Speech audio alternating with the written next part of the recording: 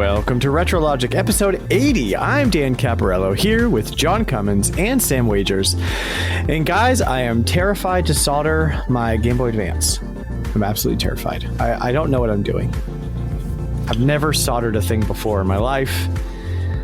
I might just not, because the only reason I would solder it is to do the whole like hold down select and press L and R to activate the like brightness settings. But yeah, it's not necessary. Yeah, but like I want that. Like I don't want to have to deal with the whole touch sensor thing. It's not that scary, really. Like, speaking of scary, it's just thunderstorm going on. I might do some practice stuff. I'll like rip open an old controller and just like solder pieces of wire around it and get some practice in.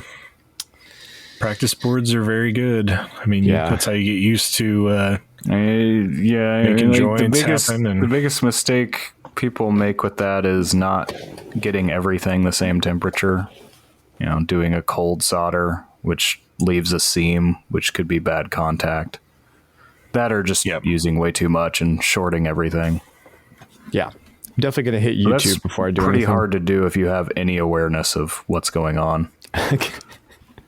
Well, that's not always my strong suit. So anyway, RetroLogic isn't just a podcast. It's also an entire community of retro gamers. Visit retrologic.games for our Discord link, fair trade merch, blog post written by our very own Sam Wagers, and dive into our family of podcasts, including Retro Groove, a music history podcast, and On Topic Retro, a podcast dedicated to one video game per episode, hosted by John Cummins, the one and only.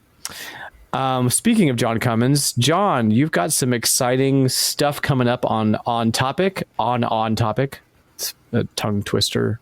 Not really a tongue twister, more just a weird thing to say. But we've got Earthworm Jim 2 coming. We're going to record it tomorrow, and I'm actually going to be on this one. But what's coming up in June for RetroRewind? So, as the fine folks of the Discord voted, we selected Mario vs. Donkey Kong, the Mini Land Mayhem. Yes, for DS. Nice little puzzle game. Yes, for the DS. And as we've both mentioned on Discord, if anybody needs help finding a copy of the game, it's a pretty cheap game. Usually loose like $10. Oh, yeah. $10-12. So it's pretty easy to get a hold of now. 15 shipped for sure. Yep. And I mean, that's kind of the goal of that I kind of set for this month's voting, was that I wanted it to be a game that was somewhere around like 10 to $15 to your house. So I wanted to try to get Lock's Quest very nearly lost. And I might just pick up a copy and try it anyway. Yeah. I might just pick up a copy anyway, because that's one I've been wanting to give it a try. I believe it's on other platforms too. So, oh really? Yeah, I know for sure it's on PS4. Kind of odd. Really? Is it on Switch? Yeah, it's not on Switch that I know of. But okay. I know I've seen it on PS4, which means that it might be on PS3 or other platforms as well. That will be a Google later. But for now, yes.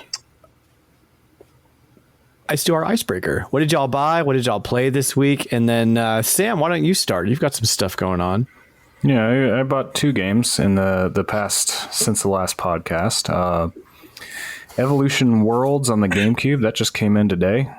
Just one of those games I didn't even know about that looked interesting to me. Actually, a remake of both the previous games for the Dreamcast. Mm-hmm. So it was a 2-game series, I guess. Also, the thing I found really weird about this is it's a game that was made by Sting Entertainment and published by Ubisoft, which usually just about everything they make Atlas publishes in North America. But that's weird. Yep. This one went to Ubisoft for some reason. Now, is that remake like a... is it both the games put together somehow, or is it like a selection screen? That's what I'm led to believe. I mean, I haven't actually put it in anything yet. I literally just opened and looked at the disc. That's all. Nice. I don't even have a manual to look at. It was no manual. I have the box, but I don't have the manual. Yeah. I played the first one a little bit on the Dreamcast. It's okay. It's not And going then I bought it from you. Yeah, It's not gonna blow your I mean, mind. from what I understand, it's not a mind blowing necessary. But I mean, those are a lot of the times those are the RPGs I like more. The ones that are Yeah. a bit more basic, at least when it comes to things like story and presentation. And it's certainly not a bad game at all. It does what it does very well. It's just not going to win any awards. But and I liked it was it. also a remake of an older game too, so it Yeah, was for never sure. going to be something super cutting edge on the GameCube. Is it fairly pricey, or is it a reasonable? No, it was this. I paid $22 for it. And that that's was great. a box, no manual copy, so not complete in nice. box, but $20 for anything on the it's GameCube founded now on is Mercari. pretty good. And it's Nice. there aren't a lot of RPGs on GameCube. I mean, Right. it's better than the N64, but Yeah, slightly. pretty much after you knock out, Skies of Tales Arcadia. of Symphonia and Skies of Arcadia Legends, it's Paper like Mario, Bait and Kaidos. You played Bait and Kaidos. Paper Those are good. Mario. I have not played Yeah, Bait and Bait- Kaidos. Bane Kaidos is more like a. Isn't it like more like card battler type? Though? The battle system is a card-based system, but it's still like at Yeah. its core RPG. Yeah. Monolith, actually, I believe. Yeah. Yeah. It's been a while Which is since cool. I played one. I was thinking it was more card based, but couldn't Yeah, remember it totally exactly. is, but it's a straight up like story driven RPG. It's Yeah. very, I like it very much. I like card based battle systems. That's the thing that I like. Yeah, my other pickup in this last 2 weeks was Bangai-O Spirits for the Nintendo Oh. DS. So Nice. another treasure game. Another game that I guess it started on the N64, but only in Japan, and then they ported that to Dreamcast, and then they made the sequel for DS. So both these pickups are kind of Dreamcast by proxy for me. And that N64 cartridge, the Japanese cartridge, is pretty expensive if I remember correctly. Yeah, yeah. I was actually looking it up earlier. Only 10,000 copies of it exist. That's insane. That will do it. That will drive the price up every time. But this is a port. Yep. This is like an up-resed port to the DS. The DS game, I think it's a sequel.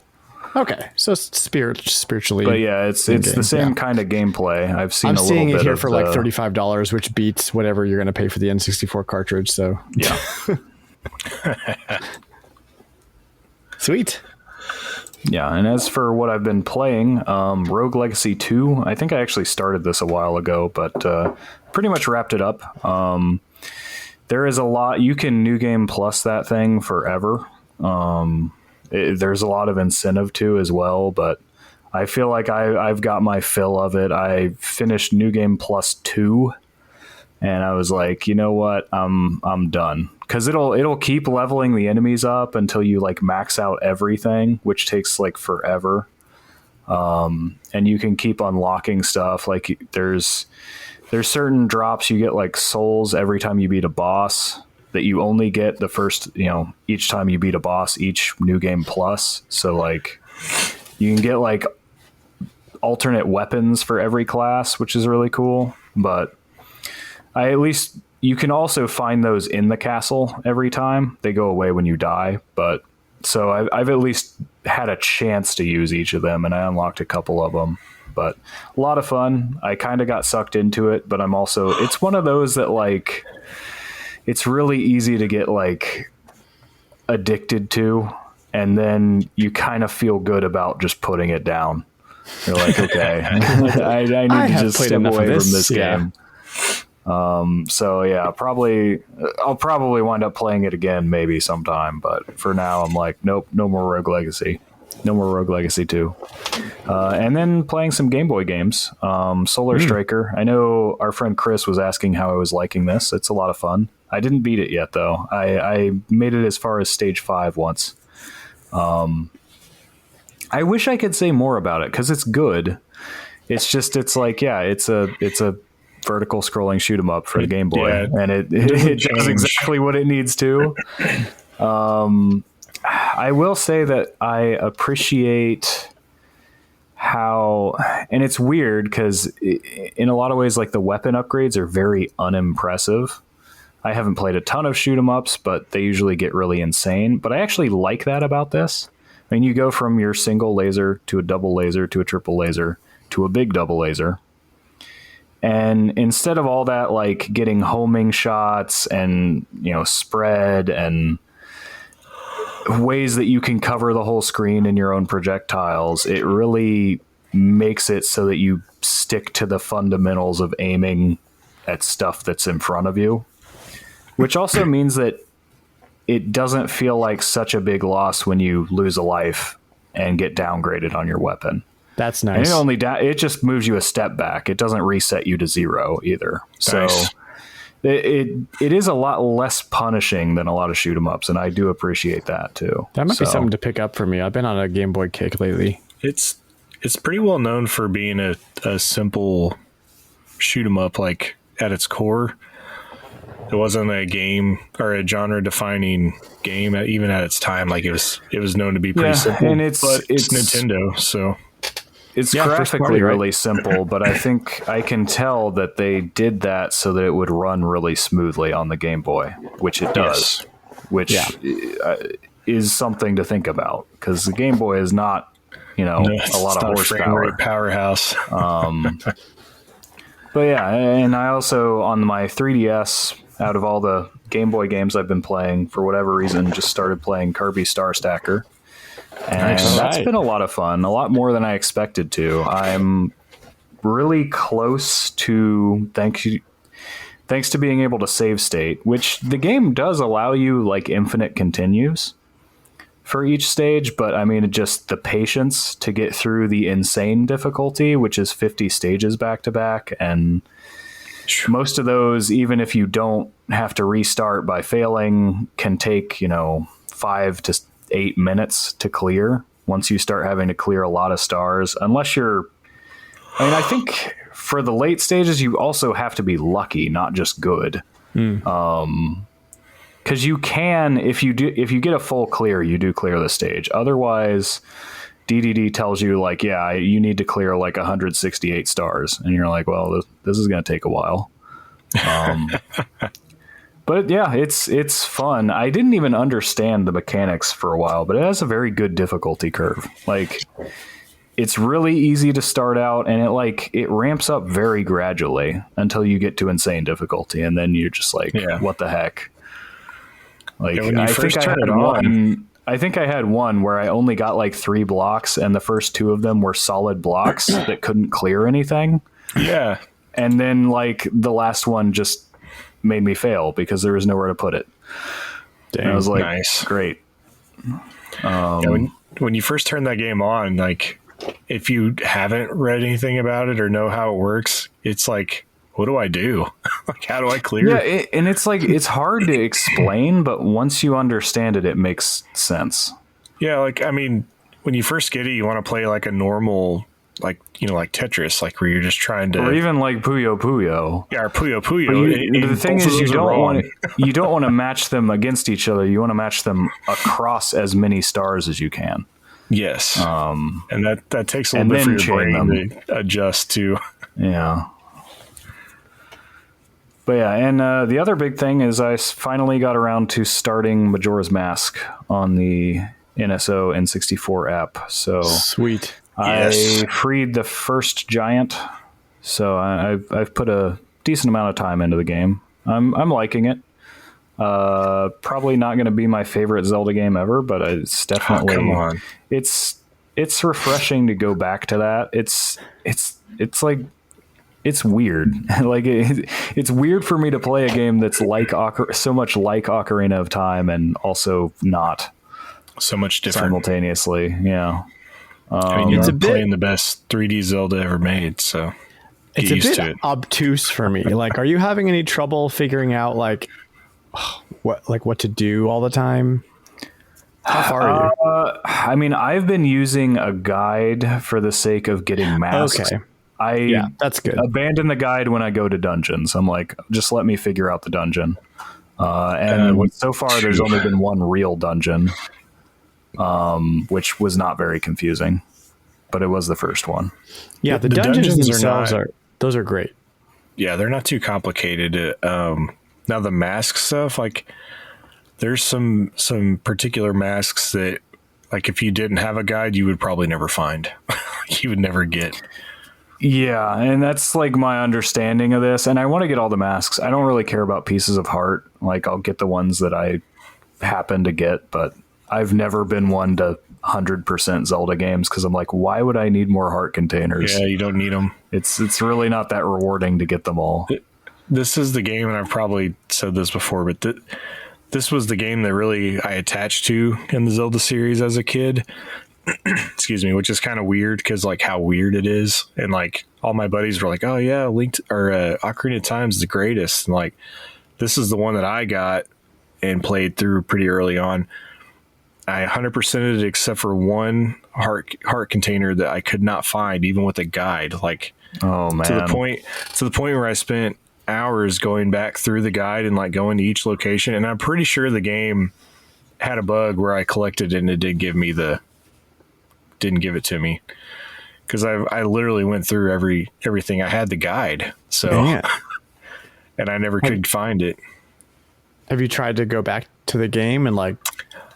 I haven't. I fired it up and my save file is still there. I mean, I showed you guys a while back. Yeah.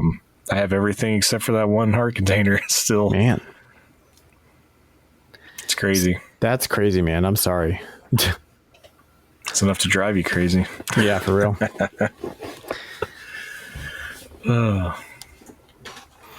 Yeah, and other than that, just what I've been streaming on the RetroLogic channel on Twitch. Mother 3, of course, which is a Monday thing. That's the new thing, is Mother 3 Mondays. Just got done streaming the end of Chapter 1 and beginning of Chapter 2. Nice. And on Tuesday last week, I streamed Umihara Kawase, which I talked about picking up on the Steam sale before. I did not beat it, spoilers, because that game gets really hard. I played it a little off stream too, and I beat a stage I couldn't before, and also got an alternate path. The weird thing is, like, once you get a couple levels in, the levels have multiple exits, and you can just warp all over. So you'll go from like stage 8 to stage 51 to stage 13 to stage 42, and it's like, what is even happening anymore? Awesome. Thanks, Sam. John, what do you got for me this week? Quite a bit less than what I normally have, which is good in its own way. No, it's not bad. I finally have picked up both of the Endless Ocean games for the Wii. They're ones that I've always meant to pick up, and I would see them at the local and they wanted like $20 for them, and I was like, nah. And finally, I was like, I'll just look on eBay and see. And I ended up finding both of them for like $7 or something. Yeah, they're not very expensive. They're cheap. They are not expensive games. Not really a game, even, is it? Yeah, it's not really a game. It's kind of like an experience. Virtual aquarium. It's a swimming it's a swimming sim. It's a swimulator. Swimulator, yeah. That they should have marketed it that way. That would have been great. But no, my daughter has one of my Wii's in her room, and this seemed like something she would want to play. So I was like, and they're pretty good games for not being a game. Yeah, they're fun. I like it. And then I joined the PK Love group over at the All In Discord, and we were playing through Mother 3. So I picked up the Fan Gamer guide for the game. And it's awesome. Like the artwork in it's really good. It has like little claymation models of all the characters. It looks like all the Earthbound enemies. Player's Guide. Yes, it looks just like the Earthbound Player's Guide, and it's fun, and I like reading it. So I've been playing through the game with the guide, which is also fun. And what else did I pick up? Chrono Cross Radical Dreamers edition that I ordered 2 months ago finally came in. Nice. Yeah. Randomly. It's great. I think it got held up at customs or something because like it showed it was on its way because I ordered this from PlayAsia, and then like it just stopped and it didn't update forever, like 2 weeks. And I was like, crap, maybe I'm not going to get this game. And then Yeah, I actually did get a copy too. I didn't put it in my list, but yeah, same thing here. It was in Kentucky for like 3 weeks. So yeah, weird. nice. Yeah, that's what I think I talked about it on the last show, that it was on its way, but didn't know where it was. Well, it just like randomly showed up one day. I'd kind of forgotten about it. And I haven't got to play it yet. I haven't had time. I've been playing too many other things to hop right in, but definitely glad that finally showed up. I don't have to worry about it. I did a first look for this game for the Nintendo Dads. And it's great. I mean, it's a really, really good rendition. I've never played the PS1 version, but it certainly hooked me. It's a lot of crazy stuff going on in that game.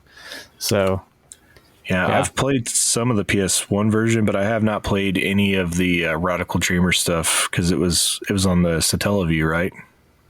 Something like that, or like it was exclusive to Japan or part of some package, or I don't really know, but we never got it over here. Exactly. Yeah. Eventually hop into that. I'm ready. I picked up Golden Sun: The Lost Age because it's the last Golden Sun game I didn't have, so I figured I'd complete the series. Yeah, sweet.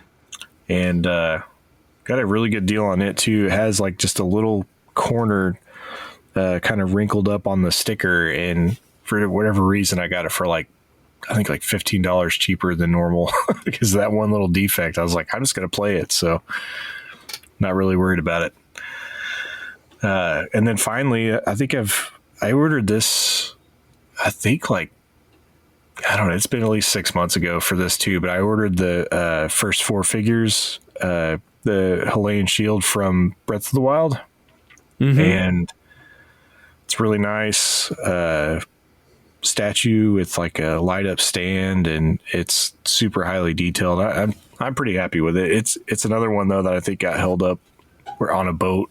It was one of those like they actually, it's kind of weird. They'll send you a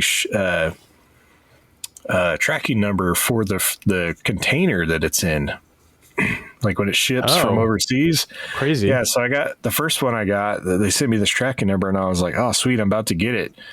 And then I realized that I was tracking a whole container of these statues, and I was like, okay. And then I watched it for a little bit, and then I've read down the fine print at the bottom. It's like, yeah, this will take like 3 weeks probably for this thing to make it.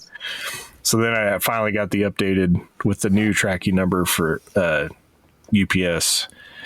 And then they, for whatever, I don't know why, I've never had to sign for anything that was like $100, before. Like I get all kinds of things, but I wasn't there. They tried to hit the house, and they actually dropped it off at a CVS, and I had to go pick it up. I'd never had that happen before. Whoa, like a weird what? Deal. Did they contact you or what? Yeah. They left me their little notice thing on the door, the sticker. And it's like, hey, we tried to reach you. You weren't there. You need to sign for this. So we're dropping it off at one of these UPS hubs or whatever, and it was literally a CVS. So I drive up there. I'm like kind of freaking out. I was like, usually they just try again the next day, and I have a time now, type deal. Maybe it's not the value; it's the fact that it was a shield. They thought they were delivering a weapon. Yeah, that could be. I'm not sure. I'd never had that issue before.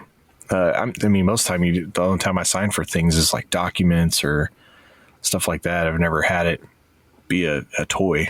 I've never had to sign for a toy coming across anything. But yeah, it was weird driving up to CVS and having like some old lady. She's like, "Here you go." I didn't even have to sign for it at the CVS. They just gave it to me. Because she signed for weird. it. Yeah, maybe she already signed for it. Yeah, she signed. CVS doesn't care at that point. Yeah, exactly. Whatever. Yeah. They're like, I just are you John? I'll take your word for it. Yeah, I showed her my ID, and that was it. And I took it. But yeah, no, it's awesome. I love it. It's a nice little piece that was missing from my little bathroom, Zelda bathroom downstairs here. Feel nice and protected while you take a dump now. That's right. Yeah. Someone throws something at me, I got a little shield. And then also, last but not least, I had the Playdate come in between these episodes, and I did put up a little YouTube video for unboxing. It's not super great, but it showcases it with my not so great camera. So far, I'm impressed. I like it. I meant to fire it up today before the show to see what the 2 new games were, but I haven't yet. But I've played the 4 games. When I first fired it up, you get 2 games, and one of them was a surfing game, and the other one was a bird watching game where you, it's like kind of a little action adventure game where you go around town and you'll see a bird, and then you have to like go to a camera and then use the crank to adjust the focus on the camera, and then it allows you to take the picture like that. It's doing some pretty unique things. That's cool. The screen is very impressive. I was kind of worried about not being backlit, but it's actually reflective enough that, like, if the Game Boy had this screen, like, it would have sold even more because you wouldn't have needed as much light. It would have been amazing. But the contrast is really high. Yes. Yeah. And it also helps that it's a black screen with white. It's the opposite of a Game Boy. Green on green. Yes. Dark green on light green. Yeah, slightly lighter green. Yeah. Yeah. Well, like the background is black and all the animated things are white, which is like the opposite of Game Boy. Game Boy, usually all your sprites and everything were black and the background was white. Mm-hmm. So, and then the second wave, every Monday you get 2 new games, which was pretty cool. And the second wave, I got this like music game that I don't fully understand because I don't do music. Like, I don't create music in any form or fashion. So like, I just kind of booped and beeped around with it and wasn't really getting anything from it. And then the other game that I got last Monday was the Tin Man game. I've lost for words on it, but it's like you control time using the crank, so you can reverse time or go forward in time, and it's pretty neat. Like, I don't understand what I'm doing with it a lot of times, because like you have to kind of like slow down time enough for like objects to go by you, and you can dodge them, but I don't know. It's pretty cool. I'm digging it so far, and I do like that you get 2 new games every Monday to try out. That's great. Yeah, and more on the way. Like they've got like a whole second wave coming too. Yeah, I think it's 24 total games. I don't know if there's a second season. There's no plans for a like they want to do a second season, but there's no solid plans for a second season yet. Oh, really? Okay, I thought presumably it won't be included. This season 1 is included with the purchase of the. Correct. The Playdate, right? But season 2, yes. You probably are going to have to pony up some extra money for. Yeah, I can't imagine it being too expensive, but definitely just hope they make one, because you get a lot of, with its simplistic design, you get a lot of interesting things being made for it, because you have to kind of like push the limits of the hardware to get things out. But it's pretty neat. You're going to get the dock for it? The more I've been thinking about it, I might get the dock. If anything, just to have it and check it out and be able to review it. But so far, I have the little flip cover and it's really nice. So I might as well have all the accessories for the Playdate. All right. As far as what I've been playing, I'm about halfway through Kirby: The Forgotten Land now. Ayo. And loving it. Like, that's where any gameplay that I'm doing at my house is now Kirby. And then I've also, as I mentioned earlier, playing Mother 3, but I've strictly been playing that on my lunch at work on my Game Boy Micro. And I've also been randomly just playing things that I haven't played in a while that I think I'm going to do episodes of On Topic Retro on, just trying to hop back in. Played Earthworm Jim, obviously, for the show. And then I've also been playing Rocket Slime whenever I have a few extra minutes, because nice. I waited so long for that game and was ready to play it. Yeah, that's what I've been playing. How about you, Dan? Sweet. Yeah, thanks. So unfortunately, as per tradition here at the old Dan Cave, we have to pack everything up when it gets too hot. So that has happened. All the games and hardware are all in my closet now, boxed up, waiting for things to cool down here, because it gets like 100 degrees in my garage, and I'm not going to subject like a vintage electronics to that kind of temperature and humidity. Anything that's not nailed down, that's vintage goes in the closet. So controllers and all that stuff. So whipping anything retro out in the summer to play or stream is a bit cumbersome, but I've been kind of doubling down on handhelds because of that. Like I'm about to do the Game Boy Advance mod, buying some Game Boy Advance stuff. And so this week I picked up some Game Boy games. We did Lemmings on the Game Boy, which is just like, it's fine. It's a version of Lemmings for the Game Boy, but it's a game that I had as a kid that I liked. So we're buying that again. That was pretty cheap. And then also I got a pretty good deal on, I've been keeping an eye out for a copy of Kirby's Dreamland 2 for the Game Boy, which usually goes for around like $40-45 or more. And I saw a listing that was Kirby's Dreamland 2 plus Dr. Mario for Game Boy, which I don't own, for $35. And so I jumped on that when I saw it. So that'll be cool. Been playing a little bit of the first Kirby's Dreamland, which I did not know. Kirby doesn't have any copy abilities in the first Kirby's Dreamland. Yep. So that started in Kirby's Adventure. Yep. Yeah, it was weird. That was a weird realization when I was like, why can't I swallow things? Oh, because you can't. So I'm excited to play that. Never played Kirby's Dreamland 2. Everybody loves it. So I like Kirby now. I'm a Kirby fan. As far as what I've been playing, so I finally beat Hey Pikmin, and I honestly don't understand. Like, I understand I didn't buy this game on principle when it came out, because I was like, this doesn't look or feel like Pikmin. Why? I'm not going to buy this, whatever. And I was wrong, because it is great. It's a wonderful puzzle platformer, which is the topic of our show today, so it'll come up later. But it's wonderful. Like, it feels like Pikmin. You're throwing Pikmin. You're carrying stuff. It's way more like linear. Like, you get from the beginning of the level to the end of the level and try to collect stuff and solve puzzles along the way. But like, if this was branded as anything else besides Pikmin, it like wouldn't have gotten the backlash that it got, because it's like, oh, this isn't Pikmin. But it's like so good. It's like a really, really well made, like great game. I have nothing but good things to say about it. So I'll have to rewind to like the first few episodes of the show where I would try to get you to play Hey Pikmin, and you were like, nah, this isn't Pikmin. The ignorance.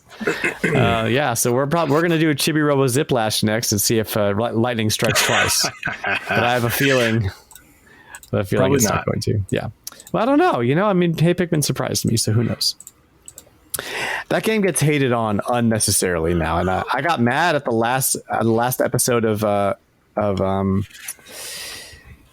Nintendo Voice Chat. They were like crapping on it, and I was like yelling at my phone while I was listening to it, like, you guys don't know what you're talking about. You didn't play it.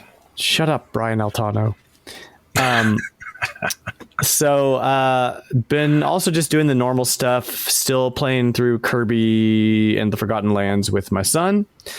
We're just really slowly going through that game. But honestly, dude, that game's given me so many, like, buying a game when you're a kid and wanting to, like, pore over every detail of it vibes.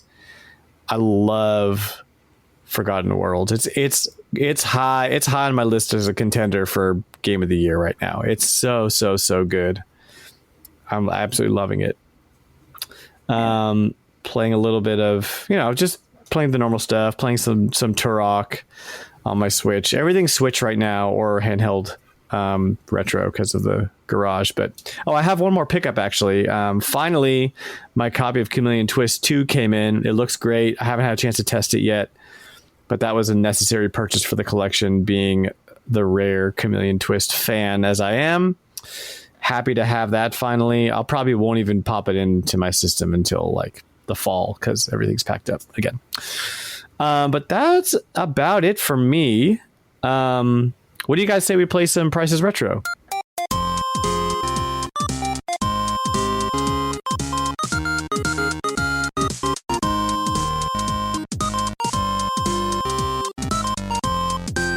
If this is your first time playing Price is Retro, this is how we play. I'm going to list off 4 or 5 games, and everyone else has to guess how much the games are worth in total. Whoever's guess is closest to the actual price wins that round, and then the next person does their list, and so on and so forth. Everyone brought a list, everyone guesses, and at the end of the game, whoever won the most rounds wins the game. Look out for Poltergeist. He is a ghost, and he guesses $300 on each list. And if he wins the game, I have to give away a Poltergeist sticker from the merch store. Or you could go to RetroLogic.games and buy your own Poltergeist sticker. He is rad. So, John, why don't you go first? You can go first this time. I think I went first last time. I have a small list of puzzle platformers that I enjoy, so we'll go ahead and kick those off. The first game is Lost Vikings for the Super Nintendo, complete in box. Oh, man. The second game is Exelon for the Amiga, complete in box. What? And the Boxed third Amiga game... games, wow. Yes. The third game is Nebulous for the Amiga, complete in box. And I only have 3 games, so. Okay. Well, I'll guess. Actually, Sam, you guess first this time. You guess first. You're making me guess first. I am. This is your only time to guess first. $475. Okay. I'm gonna go $299. Alrighty. The total of my lot is $213.34. Sweet. Okay. So My original guess was like games aren't that much. Yeah. My original guess was like 250, but I didn't want the ghost to sneak a win, so got to keep those stickers alive, man. So the Lost Vikings for the Super Nintendo, complete in box, is $166.70. Yep. Exelon for the Amiga, complete in box, is $15.29. And Nebulous for the Amiga, complete in box, is $31.35. Yeah, it was way over on the Amiga games. I've never heard of either of those Amiga games, so. Yeah. Amiga Are they games available are not, anywhere else, or do you have to have an Amiga to play them? I believe they're also available on the Spectrum. Okay, great. These are Good. pretty early. There you go. I'll go run out and grab one of those then. Yeah, go fire up your Spectrum ZX and play it. I'll go Or next. ZX. I'll go next. Mine is all the different weird versions of Yoshi's Island. So we've got Super Mario World 2 Yoshi's Island for the Super Nintendo, loose.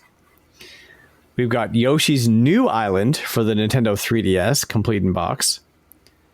We've got Yoshi's Island DS for the Nintendo DS, complete in box. And who can guess the last one? Let's see. There's one more version of this game. It was on a handheld that I haven't mentioned yet. Topsy Turvy? No, that's not. No, it's literally Yoshi's Island. Super Mario Advance 3 Yoshi's Island. Oh, gosh. For the Game Boy Advance. Loose. That one's loose. Okay. Yeah. So you have, I'll run through it again. You have Yoshi's Island for the Super Nintendo, loose. Yoshi's New Island for the 3DS, complete in box. Yoshi's Island DS for the DS, complete in box. And Mario Advance Yoshi's Island for the Game Boy Advance, loose. And John's going to guess first. I'm going to go $100. Okay. I'm going to go a little bit higher and say 115.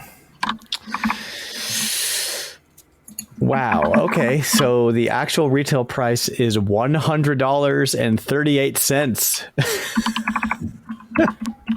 Boom. which is a difference of 38 cents for John. That might be a record. I don't know. Every time we say that, somebody's done this by like a penny or something. I know. I don't even know if Flex is still tracking. He'll let me know. I don't know either. But that's pretty bananas. I think we did have one that was like literally 2 cents. Yeah, I'm sure there was something like that. Yeah. But that's pretty crazy. It's close. So the breakdown, let's see how close you were on the breakdown. We've got Yoshi's Island for the Super Nintendo is $39.99. Yoshi's New Island for the 3DS is $20.86. Yoshi's Island DS is complete in box is $22.54, and Yoshi's Island for the Game Boy Advance is $16.99 loose. I had 35 on the Super Nintendo game, 20 on the other two, and then the remainder on the Game Boy Advance game. You were pretty much pretty dead on. Yeah. Nice. All right, Sam. All right. My list is all DS games. They are all complete in box. And these are all DS games that you play by holding the DS sideways. Oh, nice. So I've got Ninja Gaiden Dragon Sword. I was wondering if you were going to hit that one. These complete in Left box? Brain, right? Yes, these are all DS complete in box. So Ninja Gaiden Dragon Sword for the Nintendo DS, complete in box. Left Brain, Right Brain for the Nintendo DS, complete in box.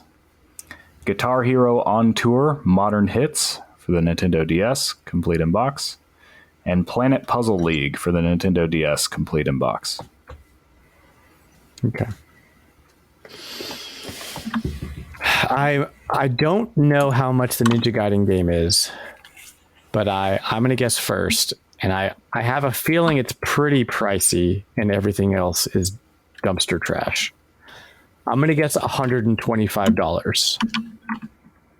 $125 for Dan. I was going to say 160. Okay. 160 for John. Well, you are both high, so Dan takes it. Heyo! Ninja Gaiden Dragon Sword is, in fact, the highest on the list, but it is $20.98. What? With the sword? Yep. Not with the sword. Oh, well, this is just the game. No, Ninja Gaiden Dragon Sword is the title of the game. Oh, I thought that was the one that had the sword stylus. Was the sword like a pre-order bonus? It did have a sword stylus, but that was like it had to have been a pre-order bonus. I think it was a pre-order bonus. I don't think there was even a limited edition of the game. I thought it came in the box. This is just the regular game. Gosh dang it. Now I feel dumb. John, I was on the same wavelength as you. I thought it was packed in. That's why I guess so high on it. Yeah, me too. Yep. Left Brain, Right Brain is $3.95. Guitar Hero On Tour $18.17. Oh. And Planet Puzzle League $12.42. I stand corrected. I thought Guitar Hero was going to be also $5. How much was the total again, Sam? $55.52. Well, I have come out victorious again, guys. I need somebody to come on this show and dethrone me. So everybody out there, if you think you can beat me in a round of Price is Retro, hit me up, DM me, or if you want to submit a list, you can also DM me, and we'll have you on the show and you can try to beat me. Because now at this point, that's the challenge. If you can beat me, I'll give you a prize. If you're not a host of the show. So the challenge has been issued. Bring it on. All right, good deal, guys. So I made you guys a little spot the fake, since Game Boy games are kind of the thing right now on RetroLogic in the Discord. I did a little puzzle game themed spot the fake. So these are all real games, real names of games, except one of them is not a real Game Boy game. So here we go. We have the first game, which is Boxel. Second game is Pink Link. Third game is Quirk. Fourth game is Quarth. And fifth game is Cat Trap. Let me know if you want me to read them again. We're spotting the fake, right? We spot the fake. These are all real. Not the real. Okay. I promise they're all real except one of them. Except for one. Boxel. And I know Pink Link? Cat-Trap is real. Quirk. Quarth. And Cat-Trap. What do you think about... I know Quarth is a real game. Yeah, that sounds familiar to me. Boxel's a I'm not real as game. confident. I think it's Pink Link. It's either Pink Link or the other. What was the other? Quirk or Pink Link? Quirk. That could Quirk be is anything. a game. I'm pretty sure. I think it's Pink Link too. All right. Final answer is Pink Link. Yes? Yes. Yeah. Okay. Final answer is Pink Link. That is correct. Sweet. Pink Link. Do you guys know how hard it down. is to come up with stupid words? Yeah. Yes. That it's just like, I try to come up with something that's like kind of like something else, but it's not. So yeah, Pink Link. Boxel, no, sorry. Quarth, I think, is a Konami game actually. It is. Yeah. I'm pretty sure. So yeah. It's a shooter. And I didn't include Quicks on here because that one's too obvious. We talk about Quicks all the time. But yeah, good game, guys. We have a few guest games. We have a game of games described badly, where we are given several descriptions of video games, and we have to guess what the game is based on this terrible, terrible description. And our good friend, Amy Rose Fan 420, aka the Ambassador. Try to get his name back. Yes, trying to get his name back. Now, here's his challenge. In order for us to keep his name, currently Amy Rose Fan 420, we have to get another perfect score. Okay, so let's do it. This is his games described horribly. The theme is Dreamcast Silver Nuggets. So we should be able to get this one. We're all pretty well versed in the Dreamcast. All right. Let me throw my notes down here so that I can read them while reading the thing. Okay. The first game is if Satan was really fast, he would be his Speed Demon. Is that a game? I don't. Sounds like a game, but I don't. Yeah, I can't think of it. I feel like I can see the box art of something like that in my head, but I can't get the name of it. Quick Devil, Fast Devil, Speed Devils, Speed Demon. Let's keep Speed Demon for now, and maybe it'll come to me while we're doing the show. Game number 2. If you had a long, stabby weapon and it was for crazy, angry people. Soul Calibur? No. No. If you had a long, stabby weapon and it was for crazy, angry people. Furious. Blade. Is there any game about lances? Lance. Or spears. Or spear? Silver. What is crazy, angry people? Furious Lance. Furious Spear. I don't know, man. Silver Nuggets. Not if I've never heard of it. I'm going to have to skip that one. We're going to come back to it. Game number 3. Pirate weapon plus icicle shape. Pirate weapon. Icicle shape is going to be like a cone. Triangle. Yeah. Stabby. Pirate weapon is A sword. musket. Cannon. Cannon spike. There it is. Cutlass. Cannon spike. That, Yeah. yep. Cannon spike. That one makes sense. I know that one for sure. All right, game number 4. Sentient tadpole of the creepiness conversation. Obviously, that's Seaman. Yep. Yeah. Gotta be. The good one. Game number 5 is the opposite of grass. Peacekeeper Omega 3. What's the opposite of grass? Dirt? Sky? Clouds? Skies of Arcadia? That's not a thing. Peacekeeper Omega 3. Grass, Peacekeeper. What is Omega 3? Fish? Like fatty acids? Oil, yeah. Peacekeeper? That one's so obtuse. I can't even... No. Number 6.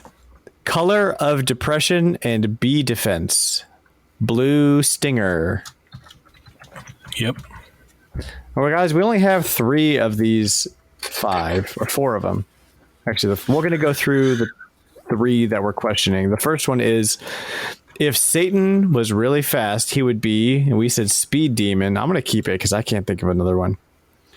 The other one was, if you had a long, stabby weapon, so we're thinking like spear, point,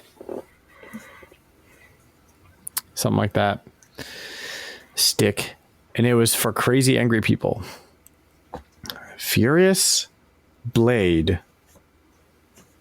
Something Blade? No, it's not. It's not like, we know it's not Soul Blade, Soul Calibur. Long stabby weapon. Angry.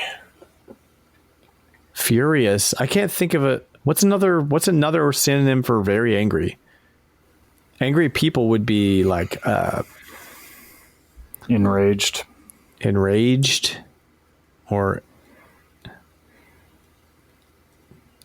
no, I've lost it. I don't know. Yeah, I'm lost on that one too. And then the opposite of grass, Peacekeeper Omega 3. So Peacekeeper is a cop, police officer. Cop. Is there a police officer game? Skyfish Cop. That sounds like a great game. Probably Skyfish Cop. Skyfish Cop. I would play Skyfish Cop. All right, I'll write that one in. Skyfish Cop. And then number 2, we're going to say what? Spear. Furious Sure Spear. it's not Skies of Arcadia? Should we just put Skies of Arcadia? Yeah, I mean, there's whales in there, so sure. Yeah. And then number 2, we'll do Mad Spear. Mad Spear. All right, here we go. We know we didn't get some of these, but we're going to just go with it. Okay, first one is Speed Devils, not Speed Demons. Devils. I'm going to read the question too. That was, if Satan was really fast, he would be. I see the box art in my head, but I can't get the name. Game 2 is, if you had a long stabby weapon and it was for crazy angry people, we guessed Mad Spear. Actual answer is Sword of the Berserk. Don't know that I would have gotten that one. I'm not familiar with that. I've heard of it, but it's definitely wouldn't have gotten it. Game 3 is Pirate Weapon plus Icicle Shape. We guessed Cannon Spike, and it is Cannon Spike. Game 4 is Sentient Tadpole of Creepiness in Conversation. We guessed Seaman, and it is Seaman. Game 5 is the opposite of grass, Peacekeeper Omega 3. We guessed Skies of Arcadia for whatever reason, and the answer is Street Fighter Alpha 3. So he's saying street is the opposite of grass, which is questionable. Oh, so they're all meant to be opposites. Fighter, opposite of Peacekeeper, Alpha opposite Omega. Yes. opposite of grass, Peacekeeper Omega. But 3 is not the opposite of 3. She just said -3. Yes. We still wouldn't have gotten it, but No. that's our fault. And then finally, Color of Depression and Bee Defense, we guessed Blue Stinger, and it is Blue Stinger. So, Ambassador, you formerly Amy Rose Fan 420, you get your name back. Congratulations. It used to be Fight Crab Fanatic, so I wonder if he's going to go back to the Ambassador or choose something new. Ambassador, he also has a fact or crap or true or false game for us. He calls it fact or crap, so that's what I'm using. So we're going to go with that right now. So I'm going to say some video game facts, and we're going to guess whether it is true or untrue. The first one is there's no Teenage Mutant Ninja Turtles games on the PS1, Saturn, or N64. Is there a TMNT game on the PS1? Because I know there's not one on N64, and I'm very sure, very sure there's not one on Saturn. Think of one. I can't But think there of one are either. a lot of PS1 games. Yeah, but I feel like that one would come up. Oh, was Tournament Fighters on the Saturn? No, on PlayStation, I wonder. Oh, I doubt that. On It would be on PlayStation? Saturn before it would be on PlayStation. Why they came out it at the would have same been time. pretty old by the time. Well, just because like Either of those Saturn is has on. stuff like Earthworm Jim 2 and like other Super Nintendo platformers for whatever reason. Yeah. I'm going to say no. So crap. Or fact. No, sorry. Yeah, I'm going to say this is There fact. are no TMNT. I can't think of any. Like at the I very feel like it least. would have come up. The Ninja Turtles have been in the zeitgeist lately. And Yeah. like all the 16-bit games are coming Why out. not put it on that collection? Yeah, the collection. they got So I coming? feel like it's pretty likely that it's a fact. Fact Yeah, number and 2. TV show didn't get a reboot until 2003. Exactly. So- Yeah. Like there was nothing Turtles Yeah, going they on were at that waning time. in popularity. By then. In the 90s, the UK banned the word and likeness of ninja from games, which is why Shinobi true. threw darts instead of shurikens. That's why the TMNT are called Teenage Mutant Hero Turtles over Hero there. Turtles. Yep. All right. We're going to say that's a fact too. Unless that last part is untrue, but I definitely Was know that they the had UK or was that Japan? It was UK. Okay. Yeah, I don't know about the shurikens. Shurikens, however you say it. It's kind of weird that the UK was banning ninjas. Yeah. Are we sure that's the UK and not Japan? No, that's definitely UK. What was the last part? Shinobi was what now? Did you know? No, sorry. Which is why Shinobi threw darts instead of shurikens. I don't know that, but So we could say crap just for that. Yeah, if it is, it's the last part because I know they Should we didn't go- like the word ninja. Let's go for it. Let's go for crap on that one. That's too much detail. You know what I mean? those Too much detail. pizzas. I think Throw it's true. pizzas. You think it's true? All right, we'll go fact then. Go in fact for Sam. Don't let me down, Sam. Fact number 3. The Super Mario games like to name villains after musicians, Ludwig, Iggy, Renzer. But did you know that Bowser is named after a famous jazz legend who toured Japan in the early 80s? Bones Bowser. I feel like that's crap. Yeah, Bones, I think it's Bones crap. Bowser. I think that's big time crap. Bones Bowser. That's a fact I would know. Well, in Japan, his name was Koopa. So Oh, see, there's the giveaway right there. He's just Koopa. And I think Koopa. Bowser was Just the name. Koopa. Wasn't Bowser the name of like their lawyer or landlord or No, something? that's Kirby. that's Kirby. Yeah, That's Kirby. Kirby was the landlord, but there was another John name. Kirby. Kirby was the lawyer who kept them from getting sued over King Kong. That's right. That's right. They had a landlord that I think was named Mario. Yeah, Oh, that's right. Yep. So Bowser's nobody. Fact number 4. Some weeb wrote a 4 million word fan fiction about Super Smash Bros. Called Subspace Emissaries World Conquest, which is considered one of the longest works of fiction in the world.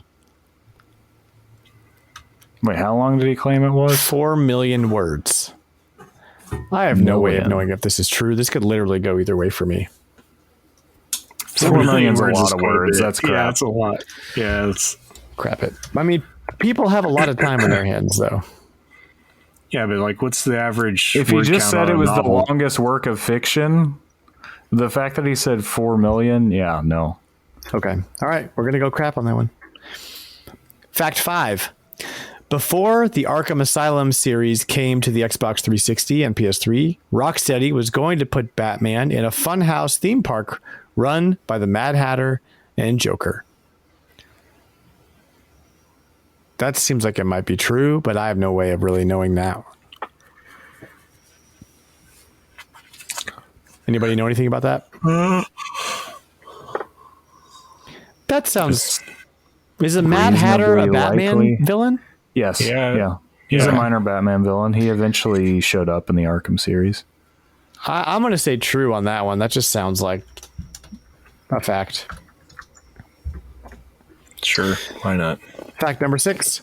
Superman 64, despite its horrible reviews, outsold Excitebike 64 and Pokemon Snap combined.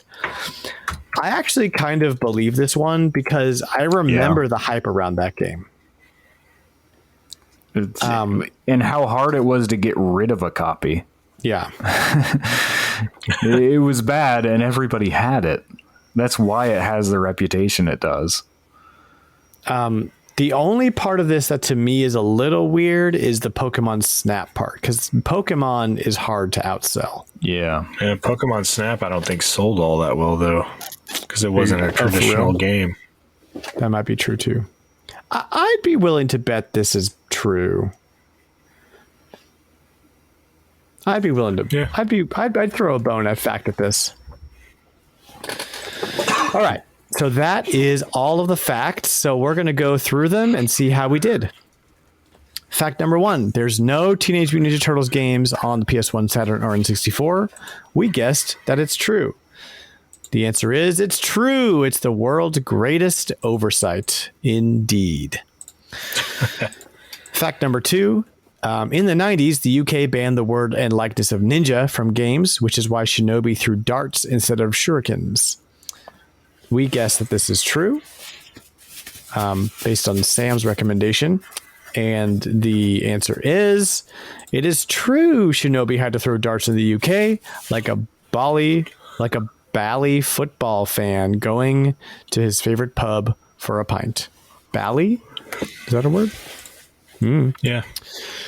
Fact number 3, the Super Mario Bros. Games like to name villains after musicians, Ludwig, Iggy, Renzer. But did you know that Bowser is named after a famous jazz legend who toured Japan, blah, blah, blah, named Bones Bowser?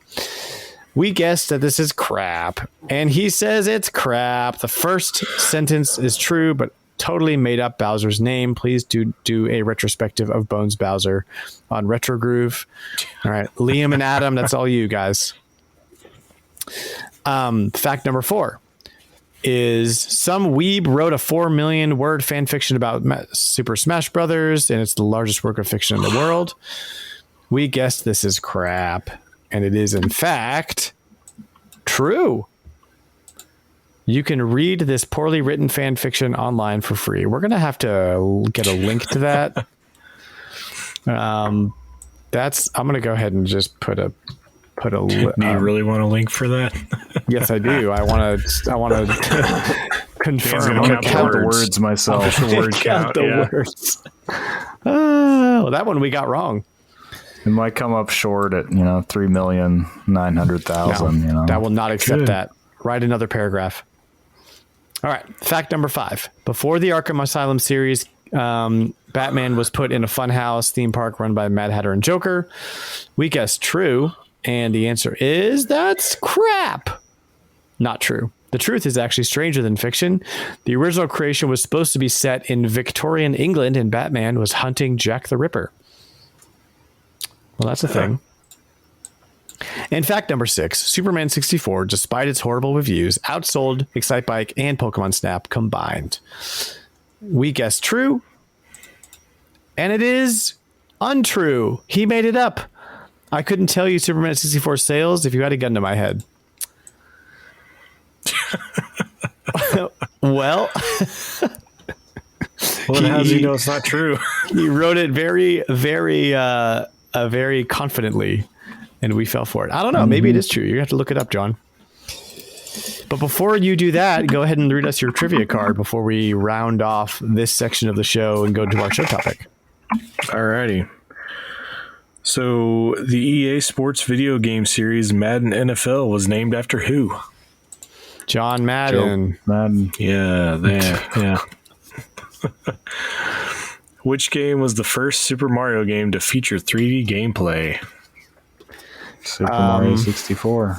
No. Unless this is a trick question. Yoshi's Safari, Yoshi's obviously. Yoshi's Safari. It was Super Mario 64. No. That's wrong.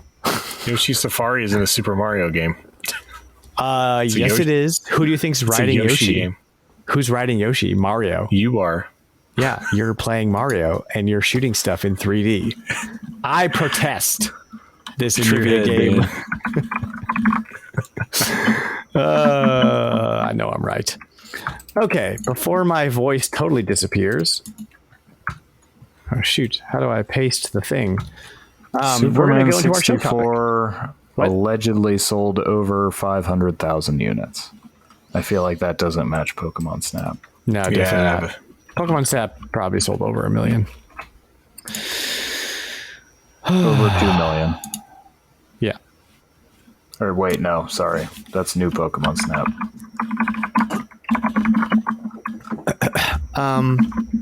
So our show topic this week is based on the 18th anniversary of the Game Boy Advance game Mario vs. Donkey Kong, which is kind of a resurgence of the Donkey Kong style puzzle platforming style of game. In more of a Lemmings style. I don't know if you've ever played it or not, but it's very fun. So we're going to talk about some of our favorite puzzle platformers, what makes a puzzle platformer tick, and we have some community involvement with that as well. So let's go to that now. Sam, do you have a number? Sales numbers? For Pokemon Snap? Yeah, it is just over 2 million for that as well. 2.07 million. Boom shaka. Okay, let's go to our show topic now that we know how much Pokemon Snap sold for.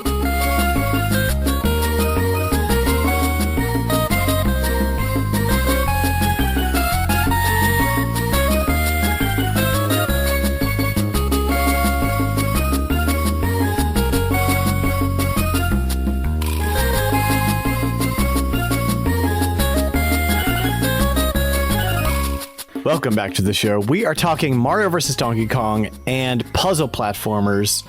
18 years old. 18 years ago, Mario vs. Donkey Kong graced our Game Boy Advances, and the world was never the same. So before we get too deep into things, this topic is fun. We're going to talk about... what defines a puzzle platformer, right?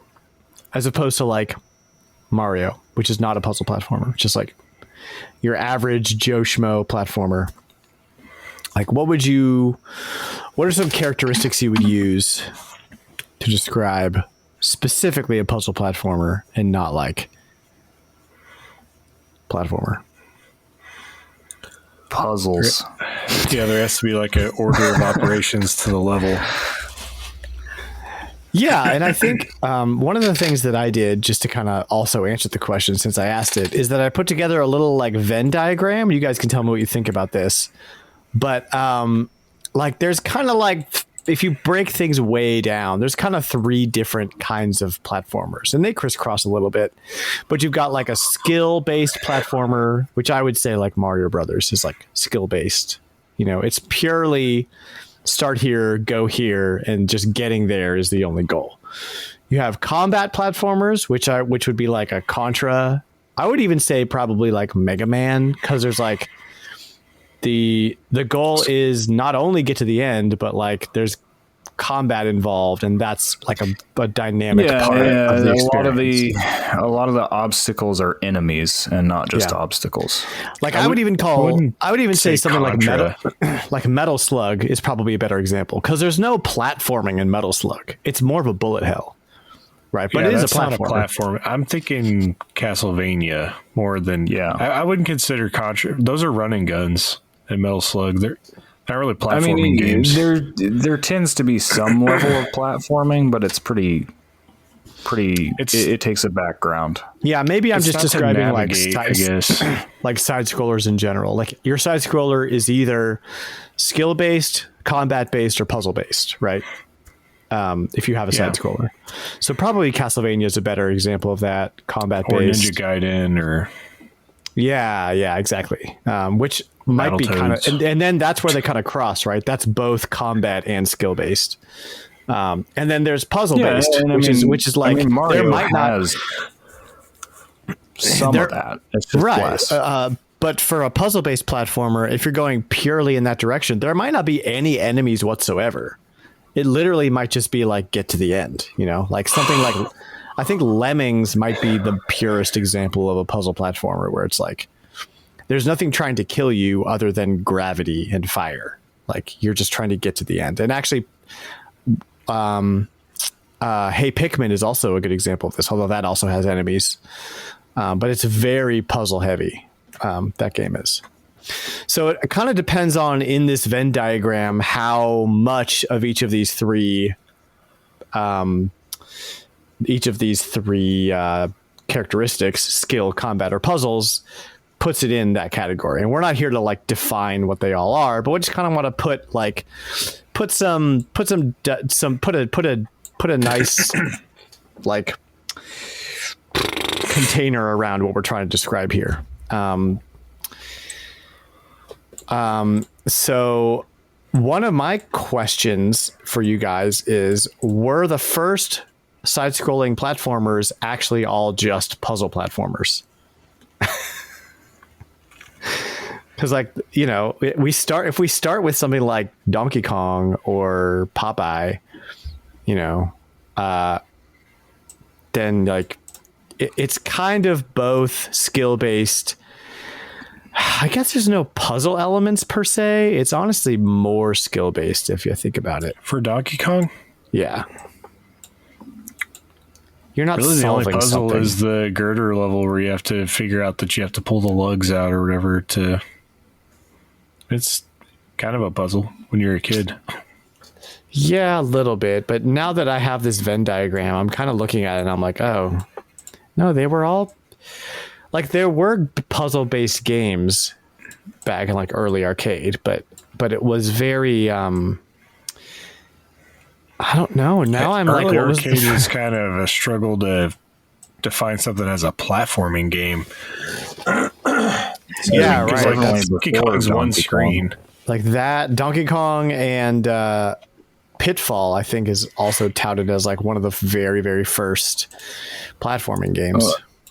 A lot of the later single screen type platformers tended to move more towards a puzzle fashion. And I think that's just a consequence of, if you want to put the emphasis more on puzzles, you need to show somebody the whole layout of the stage. Because then when you're looking at the whole layout, you can be like, okay, I see, I can plan out what I'm going to do. And that's where it starts to feel more like a puzzle, even if it still requires a lot of, timing, skill, because you also have this kind of ability to plan out. You're not just reacting to stuff. As you're talking, Sam, the game that comes to mind for me is Lode Runner. Where for most of the, there are some levels that scroll, but for the most part, and by scroll, I mean you're on one screen, but the screen's too big for the TV, so the screen goes back and forth as you walk. But you do need to plan your route through Lode Runner, and the puzzle there is collect all the things, don't die, get to the end. So that's probably the earliest example of like a really like strong contender for puzzle platformers, Lode Runner. The NES version has a level editor. My brother and I used to hit that pretty hard. That was pretty fun. You can't save them though. No, I know. Yeah, but what we would just go back and forth. Like he'd make a level for me, I'd make a level for him. That was actually one of the funnest NES experiences I had as a kid. And then Lemmings, which like arguably is not a platformer in any sense of the word. Like you're not even controlling the things on the screen. You're literally like trying to you're controlling the level. You're manipulating the level. You're not an active participant in what the Lemmings are doing. Can the Lemmings jump? But if you consider Mario versus Donkey Kong a puzzle platformer, then Lemmings is also a puzzle platform. Like, What about platformer is Mario not and the right Wario? word. Mario and Wario, exactly. It's the same kind of thing. Yep. Which is the predecessor of Mario versus Donkey Kong. Yeah. Lemmings is near and dear to my heart. I think it's so hard to define Lemmings as anything but like platformer doesn't quite do it right, but it is a side-scrolling game. So maybe platformer is not the right word for what we're trying to come up with. It's just called wholesome fun. Right. Yeah. And platformer these days means just there's a side-scrolling level. Like You can jump. You can jump. Yeah. Well, and platformer doesn't have to be side-scrolling either. There are 3D platformers. Yeah. So They now fell I'm out like of fashion for a bit, but they're definitely back with a vengeance now. I just feel like as language has evolved in gaming, side scroller and platformer have kind of become synonyms in a way. Like you might be mistaken to do one or the other when talking about a game. Yeah, but it's hard to, I think side scroller can mean a lot of things. Yeah. Some people might say side scroller and they mean platformer. Exactly. But nobody's going to correct you. It's like, yeah, whatever. Yeah, you can have a side scrolling shooter. You can have, side scrolling anything. That just refers to scrolling. I mean, game genres are very hard to pin down. We define them based on so many loose, unrelated things. Yep. Like we define some genres based on certain mechanics being present. We define others based on themes being present. Or it's like there's a whole rabbit hole on what really is an RPG, right? Yeah, exactly. Yeah, I was gonna say, and then constant RPG discussion. What is an RPG? And like, it's kind of funny how different that is from almost every other medium, where you have to kind of give a game two genres. It's like, okay, what is the game style, and also what is the world? What is the world that you're in? Like, is it a first person sci-fi game? Is it a side-scrolling jungle Ninja game simulator? Is it a ninja game? Jungle simulator. So that's really interesting. But or is it a military strategy pinball game like Odama? Exactly. You gotta give it a genre its place. But I've actually never played Mario and Wario, which is a good place to start for this discussion. Do you have a Super Nintendo mouse still? Oh, you gave me a copy of the game. I know. So do you have the mouse still? Oh, for sure. Yeah. There you go. That's all you need. I haven't gotten around to it. I have to mod my Super Nintendo to play the Famicom game or something. Have either of you played Mario and Wario? I have. So can you give me kind of like how much like Mario versus Donkey Kong is Mario and Wario? Pretty similar. I mean, you don't have multiple minis. It's just Mario with a thing on his head moving blindly forward, and you click things to make a path for him. Yeah, you manipulate the platforms to get him through the level. And there is quite a bit of timing. Like, there's a lot of you need to make sure, click this so that he can step on it, then click it again so it lifts up so he goes onto another path or things like that. Do Mario and Wario before he walks off the edge? Have multiple characters you're controlling? Yes, you can. Okay. Well, no, there are multiple characters to collect. There's only one at a time, but you can pick Peach, Yoshi, or Mario, and they move at different speeds. Are they on screen simultaneously? No. Oh, I got you. An easy mode for. I guess sometimes for some of the levels, slower timing might be more difficult. Yeah, sometimes Yoshi's easier. Oh, and they all have different attributes. That's cool. Well, they move at different speeds. Is really move at different speeds. So got you. Yeah, Yoshi's the fastest, Peach is the slowest, Mario's in the middle. And I guess we jumped the gun a little bit because we didn't talk about Donkey Kong 94. which I guess isn't really in the same We vein. have before. Yeah, we have before. I did a whole it's a lot like the original Donkey Kong. Yeah, it's an extension of the original Donkey Kong, which you could argue is kind of the origin of this whole like puzzle platforming. It is an extension, but it's also way different. Yeah. One of the things you could say does make it a little bit more puzzle-like is you usually don't have a single objective of reach the exit in most of those stages. You have to get a key and use it to unlock the door. Yeah, there's usually some steps to getting there. It's usually get the key to the exit is the puzzle of the game. Yeah. Which sometimes you don't even know where the exit's at. You have to find it. So it sounds like Mario and Wario is more of an origin story for Mario versus Donkey Kong than anything Donkey Kong related up to this point. Beside just the fact that, you are solving puzzles. And it is very much a Lemmings situation where Mario is running around, and he can like jump over little blocks, but he can't do anything other than that. And your job is to manipulate the level to get him to the end. That's pretty much it. And there's other obstacles along the way, and there's different ways you can manipulate the level. I think this game actually kind of hit its stride on the DS. There's 2 DS games. There's Mario vs. Donkey Kong 2, and then there's March of the Minis. March of the Minis is the one that we're playing for On Topic Retro. And both of these games are excellent and have varying different mechanics. But if you're into that kind of puzzle game, it's solid. Like, it's really, really good. And we'd love for you to join us in our Retro Rewind in June and play the game with us. We're playing March of the Minis. FYI. Yes.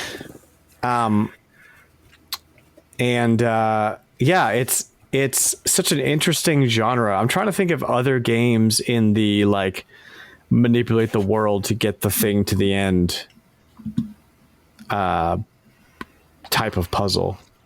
You could even say something like World of Goo has a little bit of that. It's not quite the same, but it's very much manipulate this to. That's actually not a bad comparison, because the goal is to get as many goo friends, goo people, goolings to the end, using them along the way to solve certain obstacles. So that's actually a pretty good comparison as well, just with a very interesting twist. Man, that's a good game. Are those on Switch? Yeah, they are. World of Goo's on Switch. That whole studio, all their whole catalogs on Switch. Okay, that's probably going to get bought now because I love that game.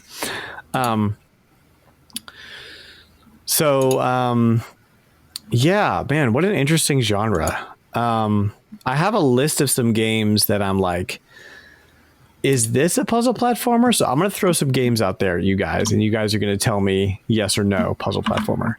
We're going to start easy with Toki Tori.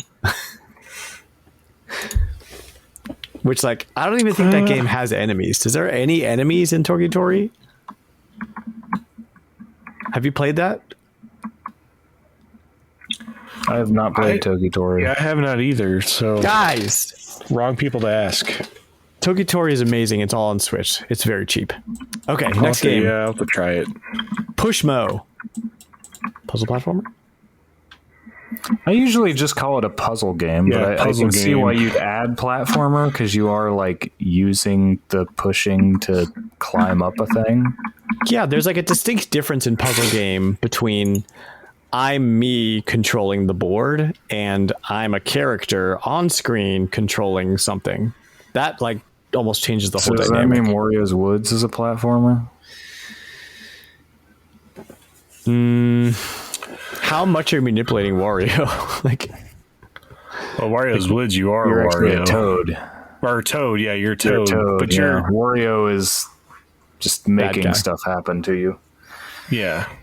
You have to catch his blocks and manipulate stuff. But. Yeah, I don't know. That's pushing it too much towards just regular old puzzle game. What about Portal? Portal is my favorite first-person shooter. But it's highly puzzle based. Yes, it's a 3D puzzle platformer. Yeah, I would say so too. We've got the DK King of Swing and Jungle Climber genre of type of game, which it's very action puzzle oriented because it's very twitchy. Like it's not methodical. Well, and really. even things like Mario and Wario or Lemmings, though, you have a lot of that too, where like you have to activate certain elements at certain times in order to pull everything off. What about Box Boy? Box Boy probably like if this applies to anything, that's But I mean, it's the puzzle is how to traverse the environment, right? Exactly. Which is at the end that's what a platformer is. A platformer is get to the end, and there's going to be stuff you have to find a way around to get there. And so I guess our distinction is like, how are you getting there? Are you killing things? Are you using your twitchy skills? Are you solving puzzles? Like those are the kind of the three. And I mean, obviously, like, it's a spectrum, right? Because Mario has its ghost house levels, right? Yep. Where you've got to kind of figure out how to uncover the exit. Exactly. And I actually have a lot of community submissions where I asked our community to throw us some of their favorite puzzle platformers. And we got some good responses. So we'll go through some of these before we wrap up and pitch our RetroRewind game once again for June. Eric Plunk starts out and he says, Krusty's Funhouse. I don't think I've ever played Krusty's Funhouse. Is that Super Nintendo? I believe Is it NES? This says NES. It's on everything. NES, Genesis, Master System, Super Nintendo. Yeah, it's on a bunch of stuff. Nice. I think I've seen it on NES, but I haven't played it. Okay, so this is Krusty's Funhouse is very Lemmings like. The player directs small rats to an extermination area through complicated maze-like levels. That's Lemmings. So you control Krusty, who navigates through. Oh, you know what else is kind of Lemmings-ish is a Gyromite. But like one player controls Gyro guy, and the other one is just making the things go up and down. That's funny. What else do we have? We have Trine. Solo something says Trine. I've never played Trine. Very heavily puzzle games. They would be probably a very good example of a puzzle platforming, but they're also heavily co-op. So, is it require co-op to solve puzzles and stuff? It's not, but I always like to think of them as a basically like a reboot of Lost Vikings. Like it's the same type of deal. Oh, that's cool. Oh, I see a video of it now. This is cool. Yeah, that's neat stuff. It looks great. All those games are on Switch too. Sorry. Yeah, there's like a whole collection. Flightsy says, obviously Mario vs. DK itself, although I've only played the one for RetroRewind, which is Miniland Mayhem. I recently... Oh, okay, sorry. I stand corrected. We're playing Miniland Mayhem, not March of the Minis, which is a different game. I recently bought the rest of the 3DS eShop, so the rest of them on 3DS eShop, so I have a chance to play them. I've also been enjoying Box Boy. He just started it. Yeah, so we talked a little bit about those. Yeah, I stand corrected. Miniland Mayhem, not March of the Minis, which might be the subtitle of the second. That's what I was going to say. I think it's the second one. Bozo says Wario Land 2 and 3. Is Wario Land? I think that was more combat and like platforming. It's not necessarily combat, but it's more puzzle based than Mario. Aren't you like crashing into stuff the whole time and like? Well, you are, but there's also a puzzle element to it where like you have to figure out. Yeah, you have to figure out how to get through the level. It's not just you can't just go from one. And he to does the say other. 2 and 3 and not the first one, because the first one is kind of like It's more like a Mario game. Oh, you know what? I'm watching a video of it now, and it is very puzzly. Like, even just getting over certain like obstacles is like, oh, you have to use an enemy and then jump on his head to get over it and then crash through the other side of the wall. Yeah, that's cool. Yeah, that was a good... I was questioning that one because I don't think I'd played those. Basically, all of them, even 4 is kind of puzzly, but not as puzzly as the 2 and 3. But I mean, even like Shake It has like light puzzle and yeah.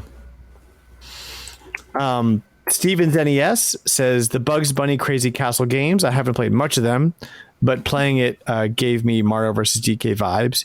You don't jump though, so it makes it not really a platformer. Yeah. Well, platformer is a loose term, as we've discussed. There's stairs, so you do like go upstairs to new platforms.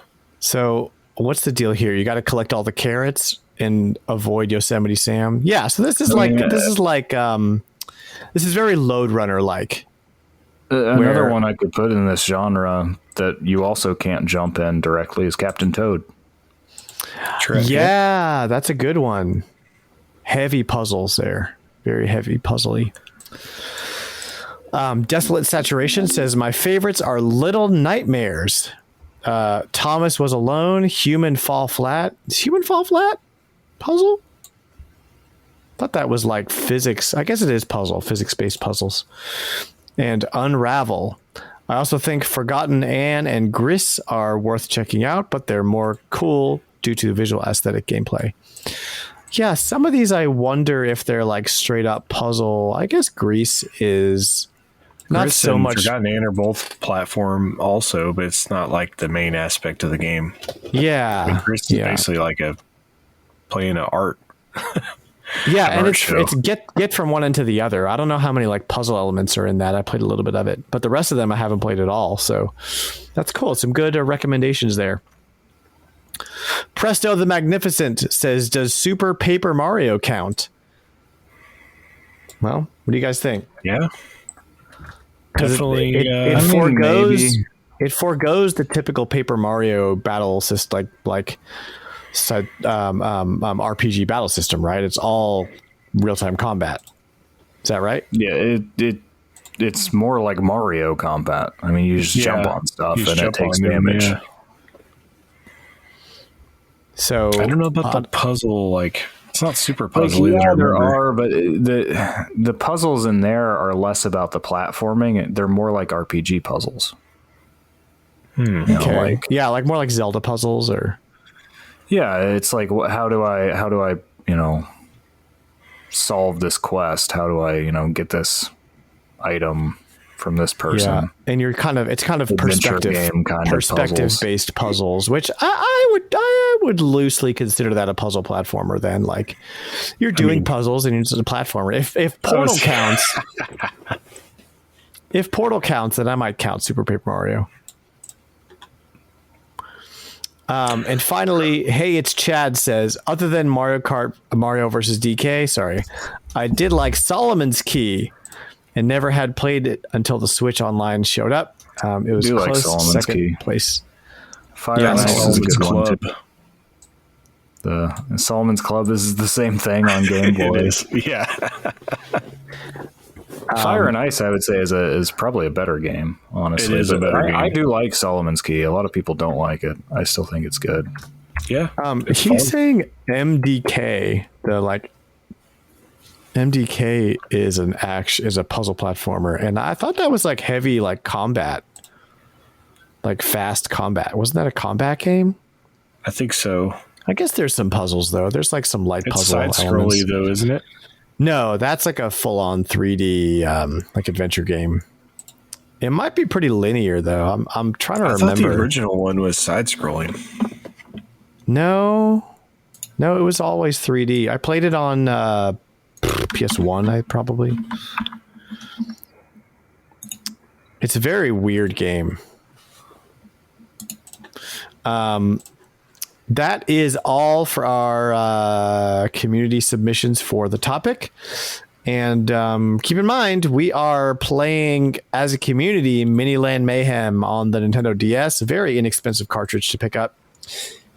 Make sure you don't buy Mario versus Donkey Kong 2, March of the Minis. Don't buy that one. Don't do Nobody it. wanted to shout out Spanky's Quest. I mean, come on. Spanky's Quest, yeah. Oh, that's one that's like kind of borderline. I kind of see it as a puzzle. It's almost more like Donkey Kong, or Donkey Kong 94 kind of. Yeah, I think mostly because it moves at a pretty slow pace, so you feel like you have time to think about things until you don't. But yeah, I don't know. I like that one. Also, Penguin Land, my favorite Master System game out of the three Master System games I own.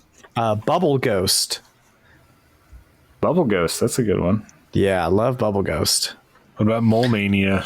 It's not really platforming, but it's puzzly. It's like a top-down. You don't jump. I mean, technically digging is just like reverse jumping, right? Yeah, that's right. So I'm saying you're going down instead of up. You heard it here first, guys. Digging is reverse jumping.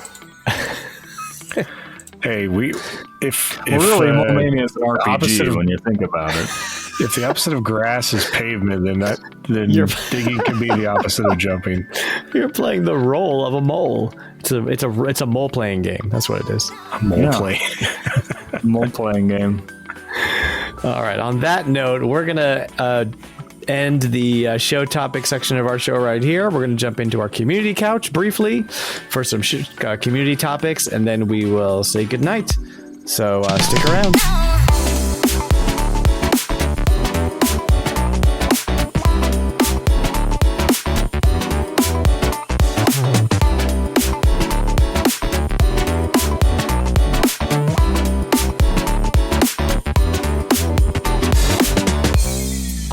Welcome back.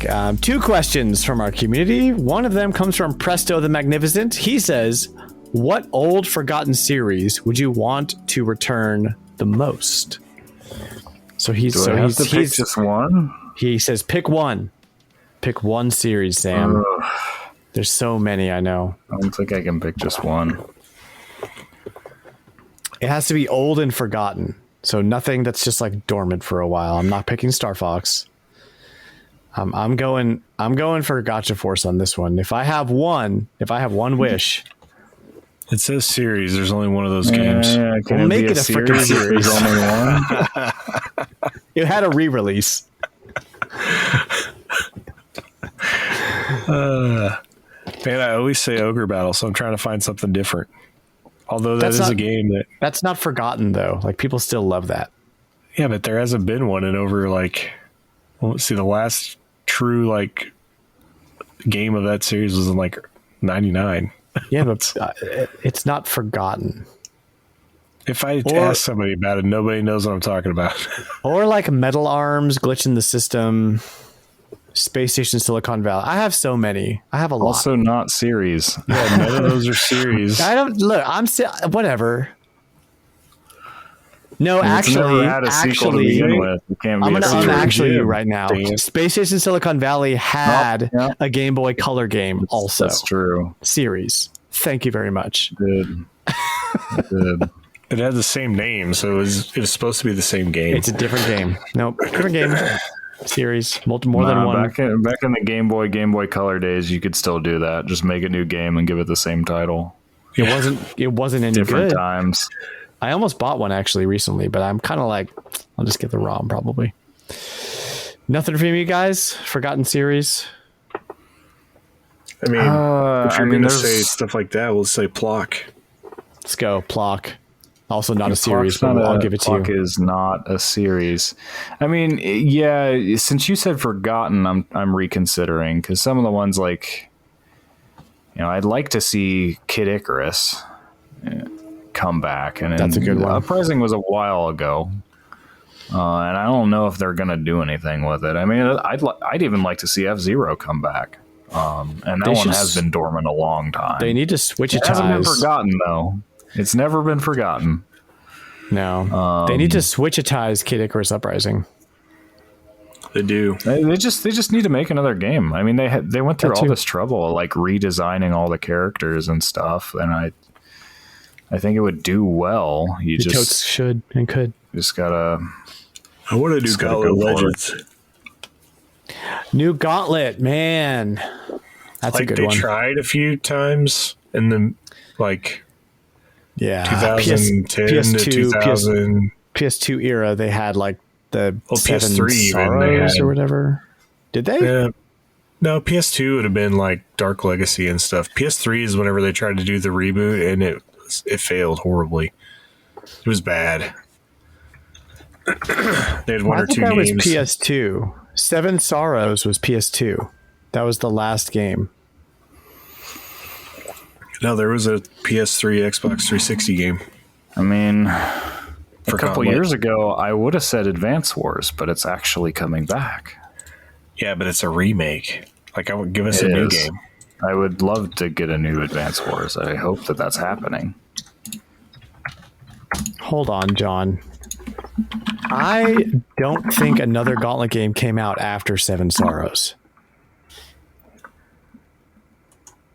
I think you are full of... There's a Gauntlet game on PS3.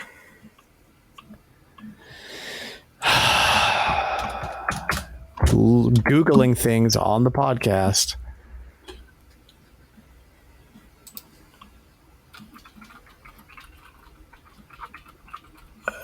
No, there isn't.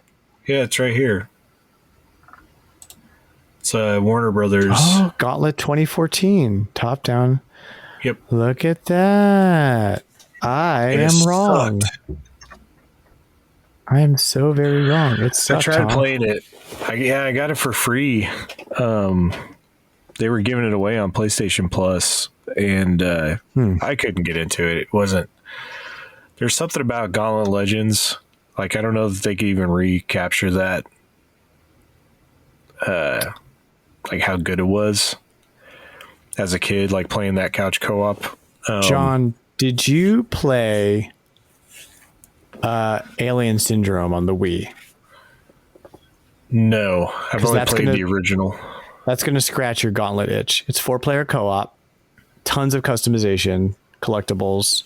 It's like a looter Gauntlet style top-down game. I think you bought it because of me already. I have it on PSP, I believe.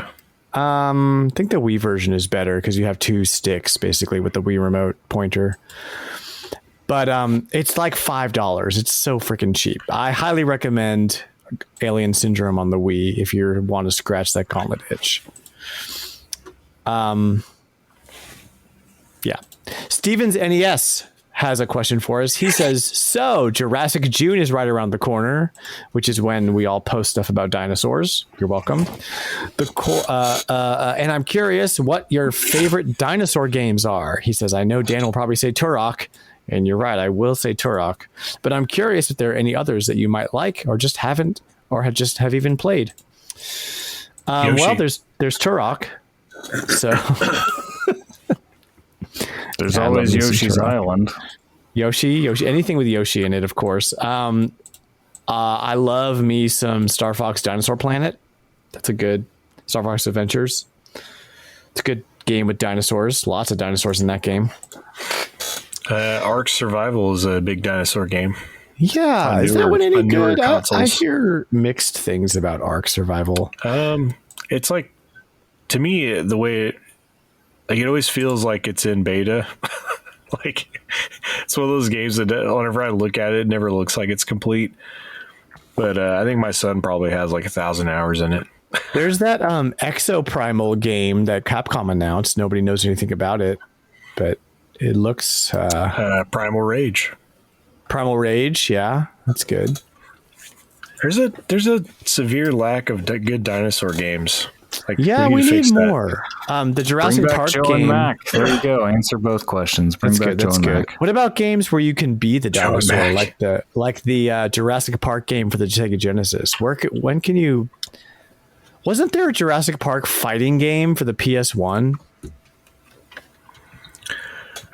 Unless you're just thinking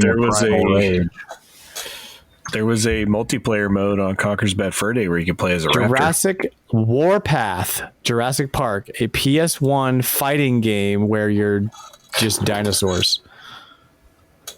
Oh, wow. This looks really bad. I mean, to be fair, A lot of monsters in Monster Hunter are basically dinosaurs. That's true. Yeah, that's true. I'll accept that. Yeah, don't They're play either dinosaurs or dragons. Don't play Warpath, the Jurassic Park fighting game. Don't do that. Just don't. Yeah, what are some other games where you can be the dinosaur? That's just not a thing, huh? Fossil Fighters.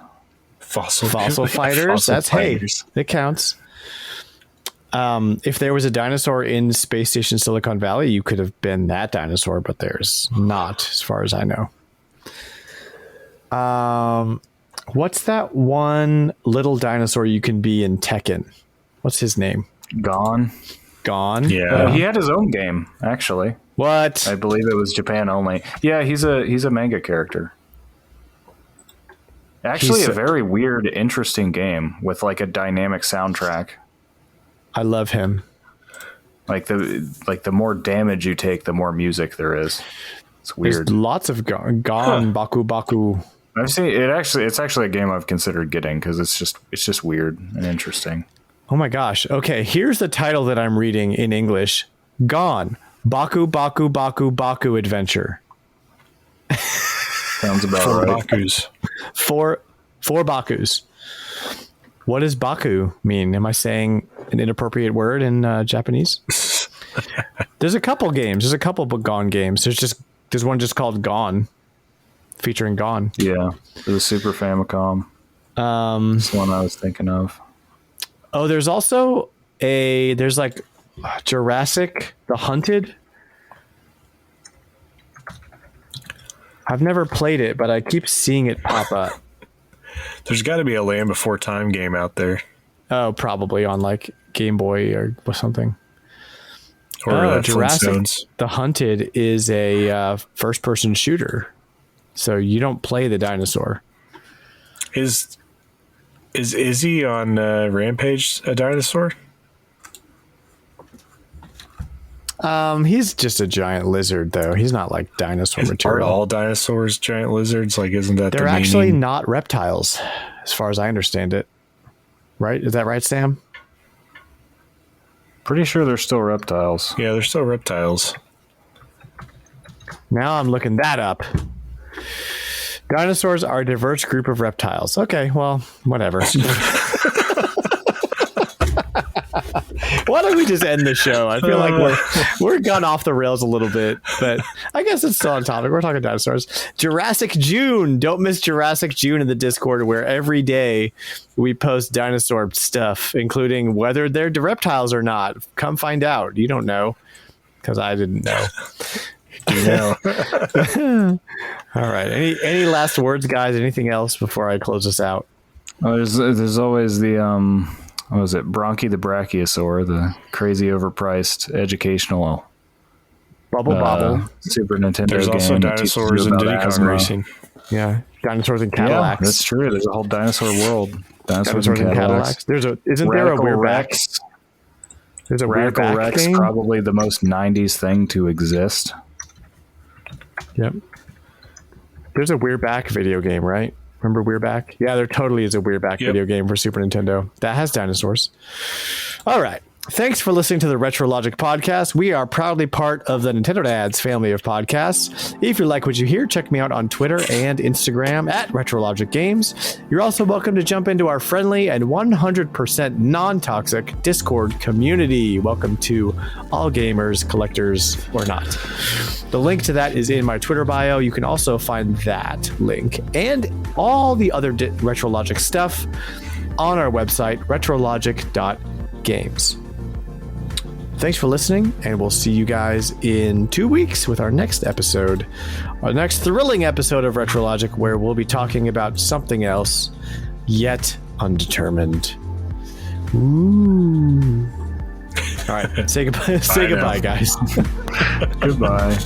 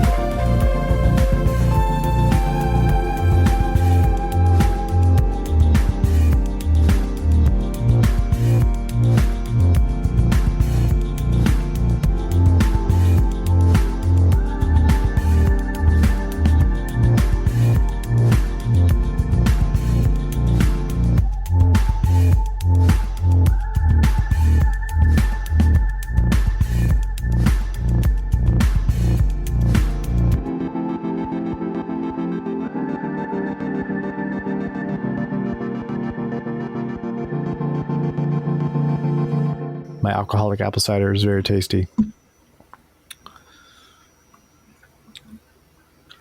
Sometimes these things are hard to find. Tastes like apples. And there wasn't a whole lot of people reporting on N64 sales. It tastes like apples and alcohol.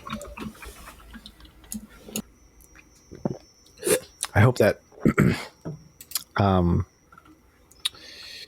Skinny Matt is listening and he likes my alcoholic beverage of choice this evening. Even though it's technically not a beer, it is an alcoholic recreational beverage. Sidebike 64 is estimated at 2 million. Wow. We severely overestimated the sales of Superman 64.